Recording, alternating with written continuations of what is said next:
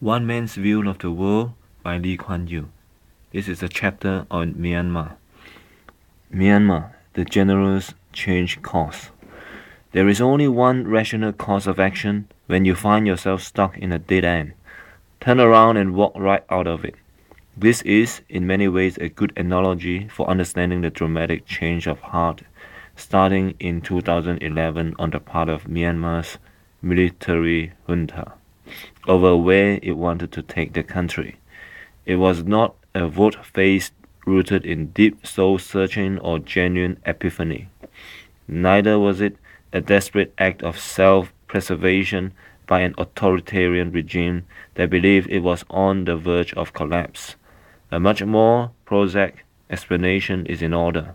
The generals could see that the country was in a real cul-de-sac. There were no options left.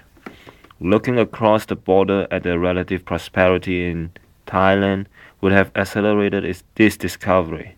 In terms of natural resources, Myanmar is as rich as Thailand, if not richer. But if one were to compare, say, the pomelos produced in each country, one would find the Thai version of the fruit bigger and sweeter because of research in science and technology.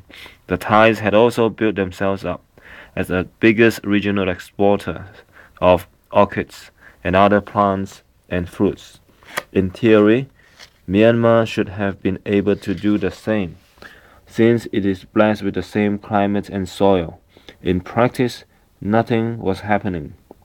But the most despairing part of this comparison was probably the fact that Burmese had to cross the border with Thailand to barter for medical supplies using gems and precious stones. The country was being left further and further behind. Cyclone Nargis was another wake-up call for both the regime and the people of Myanmar. The 2008 disaster rendered millions in the country homeless, as a clueless government showed neither effectiveness in providing aid to its own citizens nor a willingness to accept help from foreign countries like America and France. In stark contrast was the reaction of the Chinese government to an earthquake in Sichuan that was no less destructive. The troops were prompt in their rescue efforts.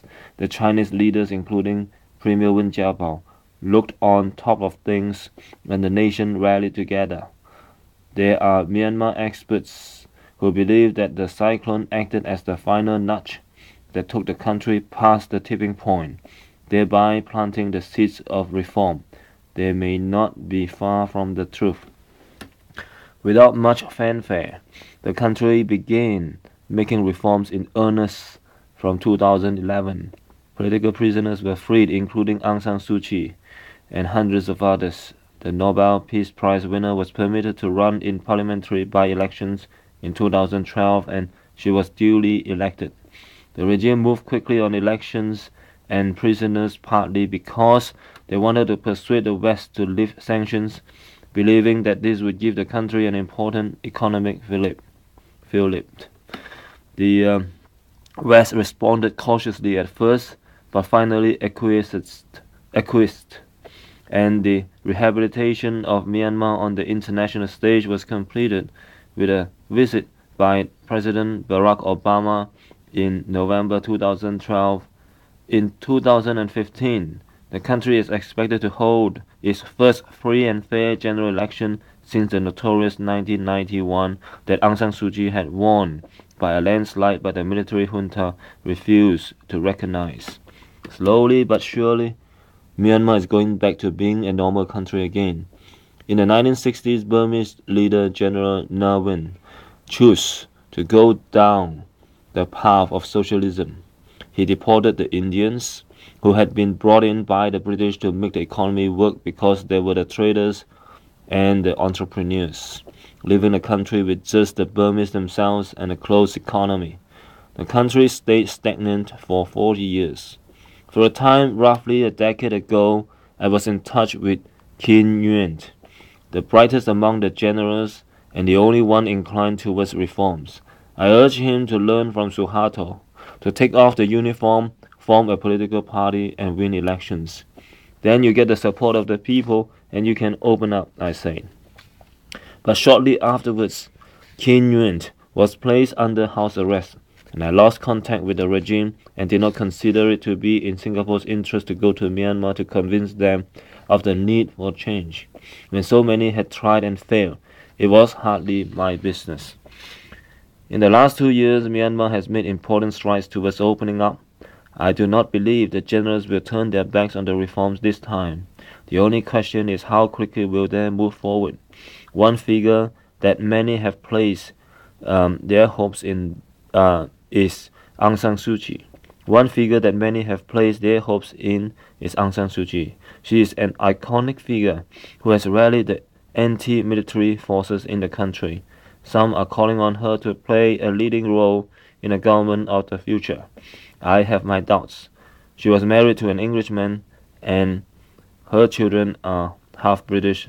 Even though she is the daughter of Aung San, the liberator of Burma, she is not accepted by some people in her country fully as a Burmese. There are rules in the constitution currently barring her from becoming president. At 68, she is also getting on in years.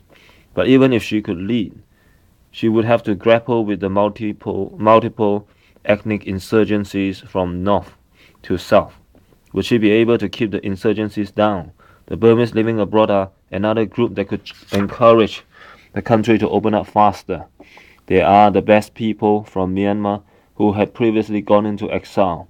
Their children would no longer feel any obligation to the country, but those who left Myanmar in their youth or as adults would have retained an emotional connection.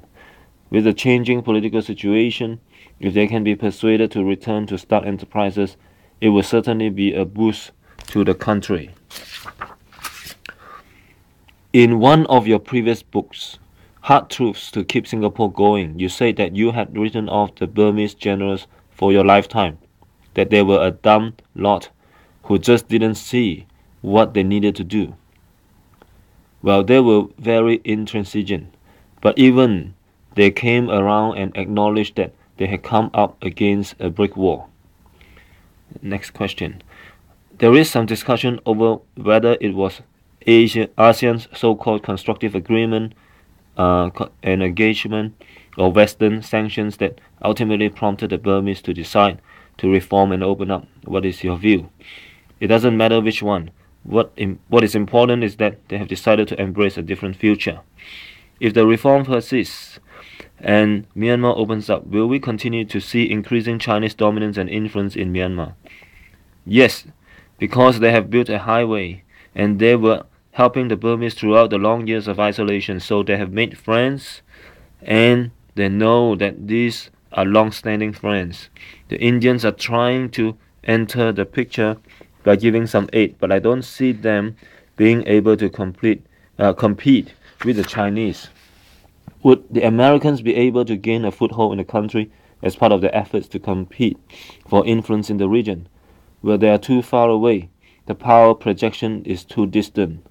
Myanmar shares a land border with China, with Yunnan.